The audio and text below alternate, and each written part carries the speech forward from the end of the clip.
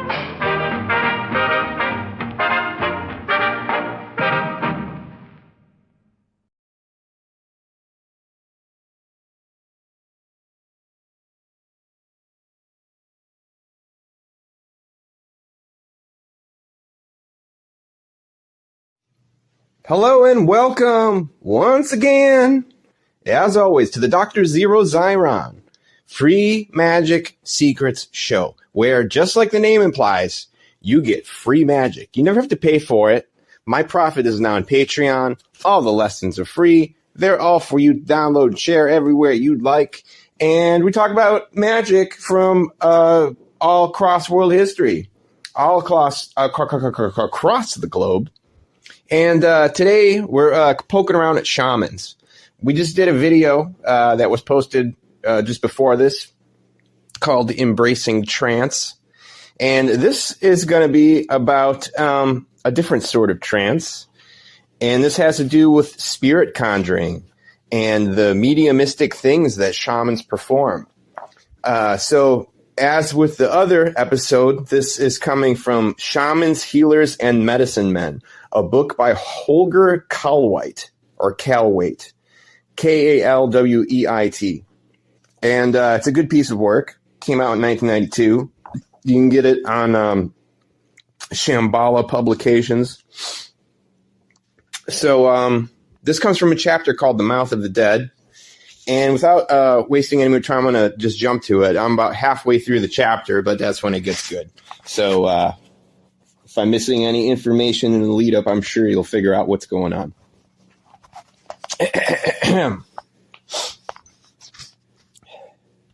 To get an impression of the suspenseful atmosphere of a spirit conjuring, we must try to form an idea of the general mood of the assembly. There are no non-participating spectators. Everyone takes part.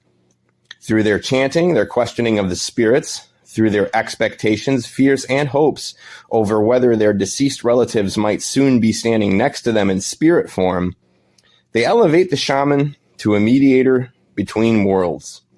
Their cries spur him on and more or less drive him into a trance. The highly intense longings of everyone present, their deep belief in the spirits, and their awe at their supernatural activity finally mount to a fever pitch of mysterious sounds, of unlocalizable noises and animal sounds. These, and the news given by the spirits, often produce an exalted state of mind, a religious ecstasy that can safely be called an altered state of consciousness. Not only the shamans, but everyone present enters a state of spiritual rapture and devotion. Supported by this atmosphere, which is devoid of critical or skeptical compunctions.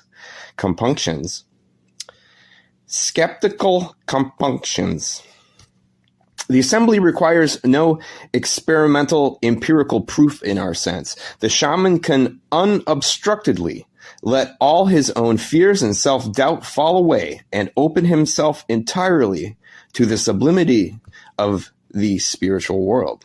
With its harmonious and mutually spiritual consensus, the assembly helps the shaman to a nearly superhuman concentration of all his forces and causes him to penetrate into the purely spiritual world. If we wish to explain this kind of seance, we may say that it means freeing oneself of the fetters of the body and acquiring an impression of how the world looks from the point of view of consciousness alone. The hypertrophied emotions of the seance, fear, veneration, and sacred awe, are the most general prerequisites for altered states of consciousness. The absence of these, or the presence of only one spectator who does not share the basic cosmic outlook of the assembly, can disrupt the ceremony and lead to the miscarriage of the ritual. Trance requires a supportive mood if people are to be able to surrender the habitual experiential pattern of a causal, three-dimensional world in favor of a multi-dimensional, parallel transhuman world. Usually such a reformation of consciousness evokes fear, since it means the loss and even the death of the ego. Proceeding toward this voluntary death requires the encouragement of the community, a societal confirmation. Thus, a seance is a communal enterprise of a tribe or group. The absence of such cultural support in modern societies has caused the decline of altered states of consciousness and the loss of contact with the world of spirits. The background chanting supports the ecstatic unity of everyone present. The songs are not just entertaining verses. They come from inside and express the power of the human psyche. They are utterances of an archaic union with the world. This ecstatic empathy fosters the shaman's trance. That all the participants' receptivity is communally focused on a common objective produces something that contemporary psychology has called the experience of flowing. Movement that is in accordance with the rhythm of the collective psyche. It is not for nothing that seances and nocturnal conjurings are so popular, with a purification ritual before and a feast after. These social gatherings promise to bring contact with the beyond, where people temporarily escape the grip of everyday reality and gain access to a perfect world, purifying themselves inwardly and spiritually.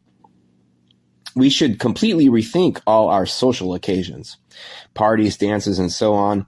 Indeed, the social quest for community and togetherness in this light. Social gatherings offer an opportunity for collective accord and harmony and, above all, for an intensity of emotion that is absent from the monotony of everyday life. Social gatherings make possible a sense of letting emotions flow that reaches a climax through dancing, rhythm, and elation, if necessary, supported by psychoactive drugs, especially for young people. The quest for orgiastic emotion is an important motivation, one that sometimes has a foundation in a philosophical outlook.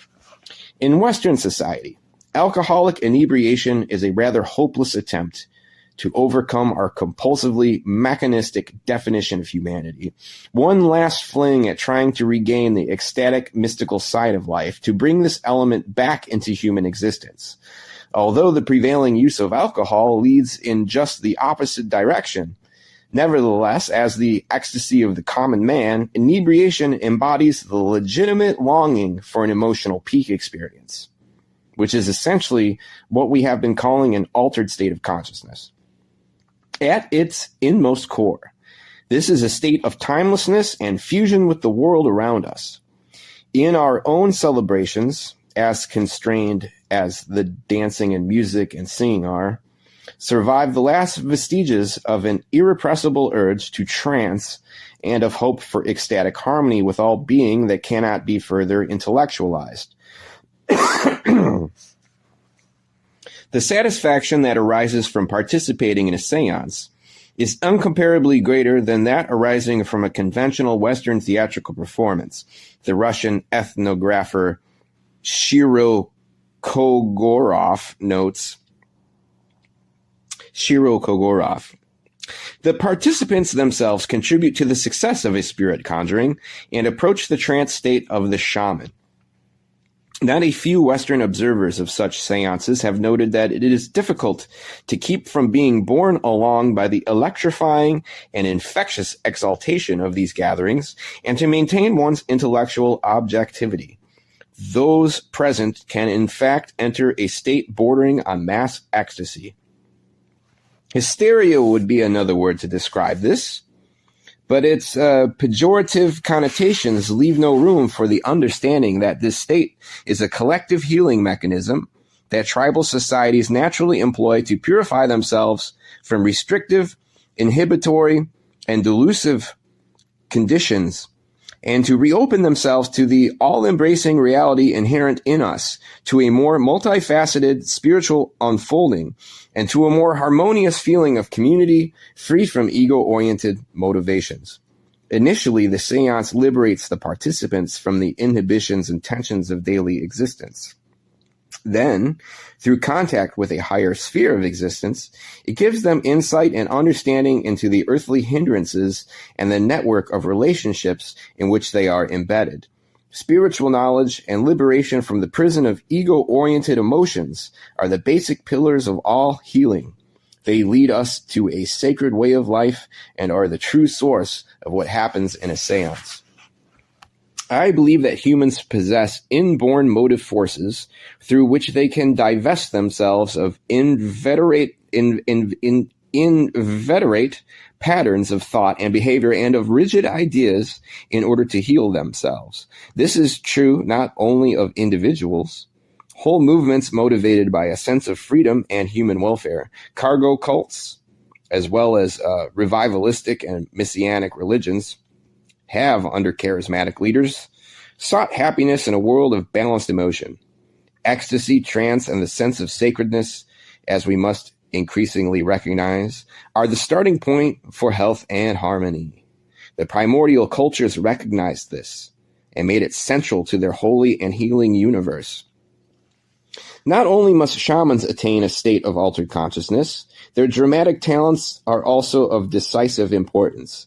If their performances are lacking in drama, are insufficiently true to life, or unskillful in their representations, they are incapable of carrying the audience along and are not well received. Shamanic seances are cultural occasions comparable to our society's cinematic and theatrical performances. As in the seance, the mundane and supermundane realms come together. A seance need not always involve a shamanic trance and make a connection to the other world. A purely theatrical portrayal of a journey to the beyond will do. As an example, let us examine how a Siberian shaman related his journey to Erlik, the ruler of the underworld. The shaman began by telling how he made his way southward through the neighboring district and crossed the Chinese border and described the impression the landscape there had made on him. At last he reached Taner Shekha, the Iron Mountain, the peak which touches the heavens. He portrayed the difficult ascent and the dangers he met, told of seeing on the side of the path the skeletal remains of shamans who had perished before him on the ascent. He breathed hard as he mimed the climb. Now on horseback he rode into the Ursma, the underworld. There he came to a lake over which a thin hair was stretched. This perilous bridge had to be crossed. He simulated the balancing act he did and pointed to the fallen shamans whose bones glimmered on the bottom of the lake. Only a pure soul can cross this bridge of death. Hardly was the bridge behind him when he encountered the souls of sinners who were enduring punishments that corresponded to their deeds. At last he climbed to Erlich's dwelling. There he faced the last obstacle, the watchman before Erlich's yurt, whom he placated with gifts. He went before Erlich's throne, bowed, and explained the reason for his coming. But the Khan only replied, "Those who have feathers do not fly here. Those who have bones do not walk here. You black, evil-smelling beetle, what do you want?" He was dismissed, and then dismissed again. But on the third try, he succeeded in gaining Erlich's confidence and gave him gifts of wine, furs, and clothing. In exchange, Erlich Khan advised him to increase his reindeer herds and told him which females would bear males. The shaman flew back home not on his horse but on a goose, whose cries he imitated as he told the story. Then he beat the drum 3 times, rubbed his eyes, and pretended to awaken. Whether this journey into the Earth's Maw was experienced by this shaman or only recounted by him, its features remain the same. The 2 cornerstones of the shamanic universe are the belief in an animating, vital, subtly material spiritual principle or soul, and the belief in the survival of the body through the soul, which leaves the body after death, enters the realms of the dead, and continues its life there as a spirit. Without a deeper understanding of the mode of existence of the soul, the world of shamans and mediums will strike Westerners as alien and bizarre. Modern near-death research points to the existence of a life principle, although it is as yet unquantifiable and can be deduced only indirectly as the basis of the body's life. The shaman's capability of magical flight, the object of copious speculation on the basis of false premises, today can be understood as a departure from the body through a soul or consciousness principle of some type. In the wake of empirical investigations of out-of-body states, that which makes it possible for the shaman to move about might well be an energy body that is subject to other laws than those of 3-dimensional geometry and causality. For the present discussion, it is of no importance which theory is espoused in this regard. The fact remains that without the soul and the beyond, the shamanic worldview is incomplete. Indeed, inconceivable. A few examples may illuminate this further. The spirit woman of Japan, Miko, child of God, is also called Kuchi-yoshi, woman through whose mouth a god or spirit makes himself heard. She summons the souls of the dead from the beyond, for which the term Shinikuchi, mouth of the dead, is used. If, on the other hand, it is living persons who are summoned from a distance, Ikikuchi, mouth of a living one, is the pertinent term. The souls of the dead are queried concerning impending fortune and misfortune, and their healing capacities are implored. The souls of deceased relatives, spouses, and friends designate healing medicines and locate lost objects. Occasionally, the souls of the dead describe their journeys from a faraway place back to the home village, inquire about the lives of the close relations they have left behind, express their gratitude for offerings and prayers, and give information about the future. The deceased speak through the mouth of the medium. They can be recognized by their voices, which resemble their former voices on earth. Those who have remained behind use them as a basis for identification. Interrogation of the dead is undertaken at the time of memorial ceremonies, when the ritual of summoning the dead is performed, or in the case of those who have died violently, the ritual of opening the way for the dead. In northeastern Japan, the questioning of the dead is also carried out in spring and fall at the time of the equinoxes, since these are general memorial holidays. In Amami Oshima, in the Ryukyu archipelago, the Tam Awasi, meeting with the dead, is prepared after a burial. In isolated areas of Japan, the local shamans meet annually for the Bon celebration, the Buddhist All Souls holiday, or on the day of Jizo, the god of the underworld, to summon the souls of the dead. The shaman's task is not only to have the souls of the dead speak through their mouths, they themselves should be able to quit their bodies and fly to the regions of the beyond. The Noaidi, the Lap shamans, use various symbolic aids for their voyage to Jabmiemo, the subterranean realm of the dead. There is Saiva Gule, the fish spirit they ride on, Seva Ledi, the bird spirit that guides them, and Seva Sarva, the male reindeer spirit, which flights with the spirits of hostile sorcerers when necessary. Which fights with the spirits of hostile sorcerers. I thought he was like a rabid mercenary reindeer from like Sorcerer Santa for a second. Sorry to interject that. I just wanted to, I was wondering if anybody else was thinking the same thing.